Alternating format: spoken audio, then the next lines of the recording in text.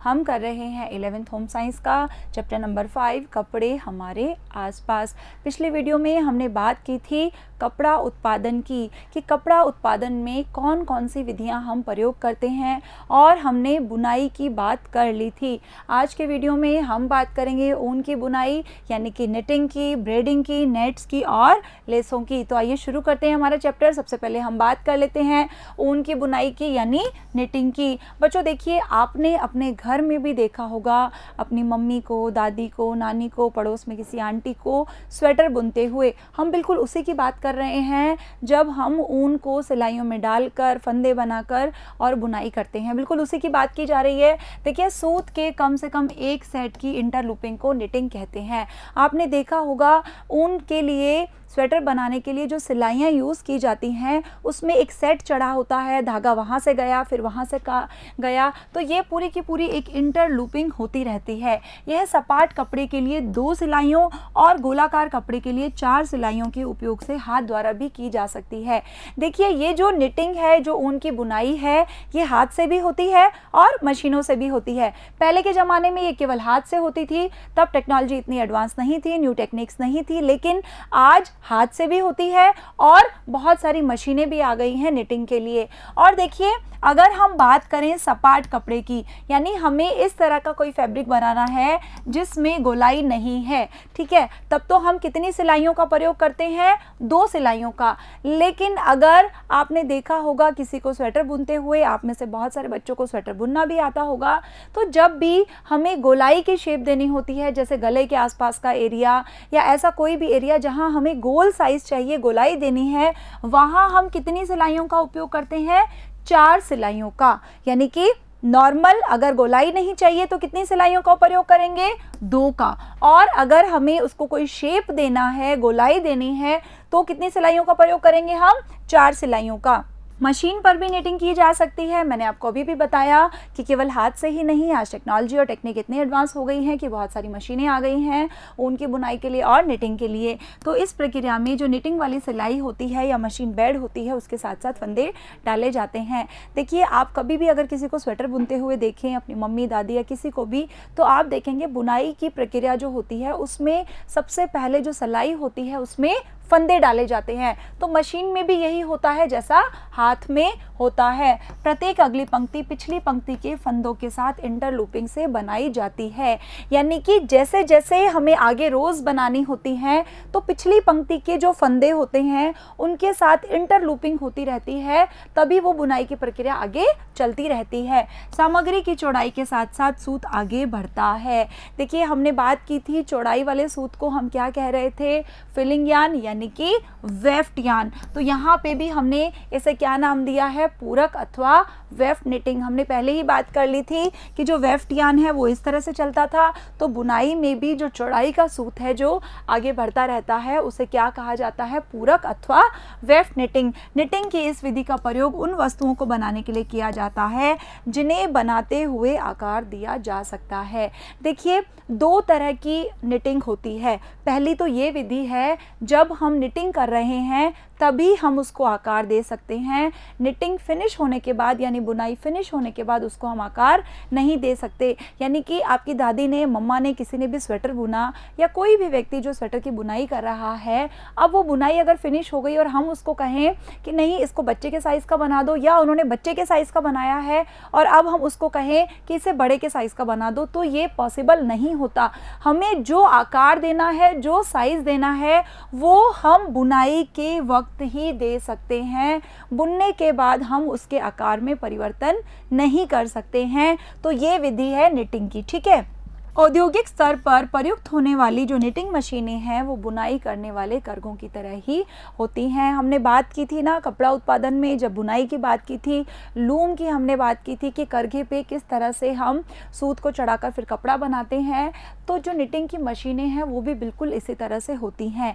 लेकिन देखिए क्या होता है कि उनमें जो सूत का सेट है वो मशीन पर फिट किया जाता है किसकी तरह? ताना सूत की तरह। जिस तरह से हमने बुनाई के टाइम पे ताना सूत और बाना सूत लगाया था, पहले हमने इस तरह से वॉप यान लगाया था, ठीक है। तो यहाँ पर भी यही होता है। तो संगत सूत के साथ इंटरलूपिंग की जाती है और इसे क्या कहा जाता है? ताना निटिंग कहा जाता है। इससे सतत लंबाई वाली सामग्री बनाई जा सकती है जिसे काट कर सिला जाता है, जैसा कि वेफ्ट निटिंग से बने कपड़ों में नहीं होता। देखिए 2 तरह की निटिंग अब हमने कर ली है, आप थोड़ा सा अच्छे से समझिए। पहले हमने बात की थी किसकी, वेफ्ट निटिंग की, है ना, जिसमें चौड़ाई में चलता है सूत या धागा।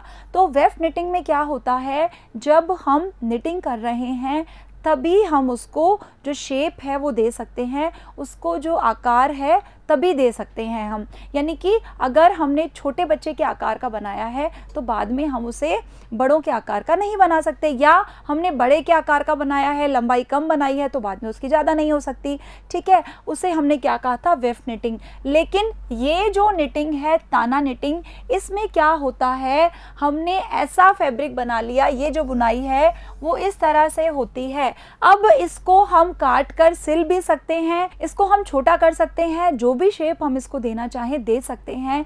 जिस तरह से हमारा नॉर्मल एक कपड़ा होता है उसको हम काट कर सिलाई करके किसी भी आकार में बदल सकते हैं, ये बिल्कुल उसी तरह से होती है। कौन से निटिंग, ताना निटिंग। लेकिन वेफ्ट निटिंग में जो होता है हमें उसी वक्त शेप देना होता है, ये इन दोनों में अंतर है। ये देखिए यहाँ पे आपकी बुक में डायग्राम भी दिया हुआ है कि किस तरह से इंटरलूपिंग हो रही है। आप आज अपनी मम्मा से, दादी से या नानी से या जिसको भी बुनाई आती है आप उनसे ज़रूर पूछेगा कि क्या हम सिलाई जो हो गई है उसकी जो बुनाई हो गई है स्वेटर की, क्या उसके बाद हम उसके आकार को बदल सकते हैं, क्या ये संभव है। या आप देखो कि कोई स्वेटर बना हुआ है, अब हम सोचें कि हम उसको काट कर छोटा कर लें, आप काट कर देखना, ठीक है। हालांकि वो स्वेटर खराब हो जाएगा, ऐसा नहीं करना चाहिए। तो उसमें हम आकार में परिवर्तन नहीं कर सकते, क्योंकि आप जैसे ही उसको काटेंगे ना तो आप देखेंगे कि वो पूरा का पूरा खराब हो जाएगा। वो कौन सी निटिंग है, हमारी वेफ्ट निटिंग। और जो ताना निटिंग है उसमें हम किसी भी तरह का साइज उसको दे सकते हैं, क्योंकि वो एक कपड़े की तरह ही होता है। बुने हुए कपड़े तेजी से बनाए जा सकते हैं क्योंकि उनमें फंदे होते हैं। मैंने आपको बताया ना कि सबसे पहला जो काम होता है वो फंदे डालने का किया जाता है, इसलिए उनमें जो सुनम्यता यानी कि जो इलास्टिसिटी होती है वो अधिक होती है। बच्चों ये इंग्लिश के जो छोटे छोटे वर्ड्स मैंने आपके लिए लिखे हैं ये आपकी बुक में नहीं दिए हुए, आप नोट कर लेना, क्योंकि कुछ वर्ड्स हिंदी में थोड़े हमें टफ लगते हैं और याद नहीं कर पाते हम या रिलेट नहीं कर पाते, ठीक है। तो जो इलास्टिसिटी होती है उनमें वो बहुत अधिक होती है। आपने देखा होगा हमारे जो सॉक्स हैं उनको हम यूँ भी खींच सकते हैं, है ना, या फिर जब हमने सॉक्स पहने हुए होते हैं तो हम पैरों को आसानी से मोड़ सकते हैं। क्यों? क्योंकि उनमें सुनम्यता होती है, उनमें इलास्टिसिटी होती है। इसलिए हमारे जो बनियान हैं, इनरवेयर हैं, सॉक्स हैं, इनके लिए ये सबसे ज़्यादा उपयुक्त मानी जाती है, ठीक है। और ये सरंध्र होते हैं यानी कि इनमें हॉल्स होते हैं और जो एयर है, जो वायु है वो मुक्त रूप से आ जा सकती है और हम काफ़ी कंफर्टेबल फील करते हैं और इनमें आराम से घुमा फिरा जा सकता है। यही रीज़न है कि जितने भी जो स्पोर्ट्स वेयर होते हैं वो इसी विधि से बनाए जाते हैं और खेल के दौरान पहनने वाले वस्त्रों के लिए ये सबसे उपयुक्त मानी जाती है, क्योंकि खेलने के वक्त हमें बहुत सारा बॉडी मूवमेंट की ज़रूरत होती है। तो ये जो कपड़े होते हैं उस वक्त हमें बहुत आराम देते हैं क्योंकि उनमें सुनम्यता होती है, इनमें इलास्टिसिटी बहुत ज़्यादा होती है। अब हम बात कर लेते हैं ब्रेडिंग यानी कि गूंथना। देखिए जैसा कि नाम से ही स्पष्ट है, गुथे गए कपड़ों की जो सतह होती है वो विकर्ण रूप में होती है और इन्हें 3 या अधिक सूत को गूंथ कर बनाया जाता है, जो एक स्थान से आरंभ होती है और अंतर्ग्रथित होने से पूर्व समानांतर होती है। थोड़ी सी लैंग्वेज टफ लग रही है, इसे हम एक छोटे से एग्जाम्पल से इजी बना देते हैं। जैसे चोटी गूंथी जाती है ना, महिलाएं या लड़कियां, है ना, जो भी चोटी गूंथती है ये बिल्कुल उसी तरह से होता है कि हम चोटी गूंथते वक्त क्या करते हैं, हमने 3 जो बालों के खुले हैं जॉइंट्स वो ले लिए, अब हम इन तीनों की आपस में जो है ब्रेडिंग करते जाते हैं, ठीक है। तो ये चोटी गूंथने जैसा ही है, बिल्कुल सेम वही प्रोसीजर होता है। अब इसका सबसे बड़ा एग्जाम्पल है, आपने देखा होगा हमारी जो शू लेसेस होती हैं, जूतों के फीते हैं, या आप किसी रस्सी को देखो तो उसमें भी बिल्कुल चोटी की तरह ही, है ना, या तारों के लिए जो रोधन है या कोई झालर है, उनमें वेणी यानी हमारी जो चोटी है वो ब्रेड दिखाई देती है, बिल्कुल उसी संरचना की ये दिखाई देती है जिसको हम कहते हैं ब्रेडिंग। ये सबसे ज़्यादा क्यों काम में आती है? जूतों के फीतों के लिए, रस्सियों के लिए और तारों के रोधन के लिए और झालर जैसी वस्तुओं के लिए। उसके बाद नेक्स्ट है हमारे नेट्स या जाल। देखिए ये खुले जालीदार कपड़े होते हैं जिनमें सूतों के बीच में बड़े ज्यामितीय अंतराल होते हैं, ज्योमेट्रिकल स्पेस होता है। आपने देखा होगा जाली वाले कपड़े या नेट वाले कपड़े, उनमें जो छेद होते हैं वो अलग अलग साइज़ के होते हैं, अलग अलग शेप के होते हैं। कई बार उनमें गोल गोल छेद होते हैं। आप आराम से देखिएगा, अपने चारों तरफ आपको कहीं ना कहीं नेट वाला कपड़ा, जाली वाला कपड़ा दिख जाएगा, है ना। पर्दे भी हो सकते हैं, मेज कवर हो सकते हैं, कुछ भी हो सकता है। तो उसमें आप देखेंगे जो उसमें छेद होते हैं, हॉल्स होते हैं, उनका शेप हर कपड़े में अलग अलग होता है। किसी में गोलाई वाला हो सकता है, सर्किल हो सकता है, किसी में इस तरह से हो सकते हैं, स्क्वायर हो सकता है, रेक्टेंगल हो सकता है ना। तो ये अलग अलग शेप उसमें होते हैं। इन्हें हाथ अथवा मशीन से सूत में आपस में गांठ बांधकर यानी इंटरनॉटिंग करके बनाया जाता है। अब हम ये जो जाल बनाते हैं जिसे हम कह रहे हैं नेट्स, ये हाथ से भी काम कर सकते हैं, मशीन से भी कर सकते हैं। और किस तरह से किया जाता है, आपस में इंटरनॉटिंग की जाती है। नॉटिंग यानी कि गांठ लगा लगा कर इन्हें बनाया जाता है।